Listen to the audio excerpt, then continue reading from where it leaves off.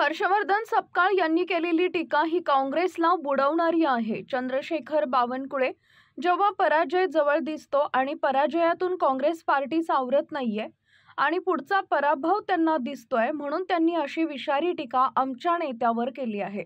यामुळे काँग्रेस पक्षाचं मोठं नुकसान होणार आहे। संपूर्ण 14 कोटी जनता देवेंद्र फडणवीस यांच्या सोबत आहे।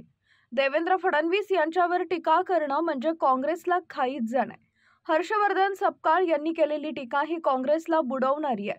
सपकाळ यांनी केलेल्या टीकेला येत्या 3 तारखेला निवडणुकीच्या निकालातून प्रत्युत्तर मिळणार आहे।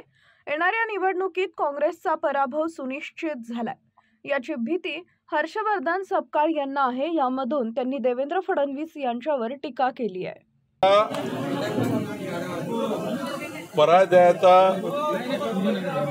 आपल्याला त्रास होतो, पराजय जेव्हा जवळ दिसतो आणि पराजयातून काँग्रेस पार्टी सावरत नाहीये आणि पुढचाही पराभव दिसतोय, म्हणून अशी विषारी टीका आमच्या नेत्यावर त्यांनी केलेली आहे।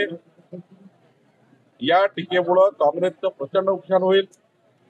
संपूर्ण 14 कोटी जनता देवेंद्रच्या मागे उभी आहे। देवेंद्र फडणवीसावर टीका करणे म्हणजे काँग्रेस पार्टीने स्वतःला कोलात टाकणे आहे, फाईट टाकणे आहे। जे हर्षवर्धन सपकाळने केलेली टीका ही खऱ्या अर्थाने काँग्रेस पार्टीला डुबवणारी आहे। निवडणुकीच्या निकालामध्ये तुम्हाला प्रतिबिंब दिसेल। हर्षवर्धन सपकाळने केलेल्या टीकेचं प्रतिबिंब तुम्हाला 2 तारखेच्या मतदानातून दिसेल। ज्यांनी ज्यांनी देवेंद्र फडणवीसवर टीका केली, ज्यांनी ज्यांनी देव दुर्लभ नेतृत्वावर टीका केली, त्यांचा पराभव यापूर्वी झालेला आहे। याही निवडणुकीमध्ये काँग्रेस भुईसपाट होईल। हर्षवर्धन सपकाळने देवेंद्र फडणवीसावर टीका करून काँग्रेस पार्टीचं नुकसान केलं आहे। येणाऱ्या निवडणुकीमध्ये काँग्रेस पार्टीचा पराभव सुनिश्चित झाला आहे आणि म्हणून घाबरलेल्या आणि पराभवाच्या मानसिकतेमध्ये असलेल्या हर्षवर्धन सपकाळांनी देवेंद्र फडणवीसावर अशी चुकीची टीका केली आहे आणि या टीकेचं उत्तर मतदारातून मिळेल।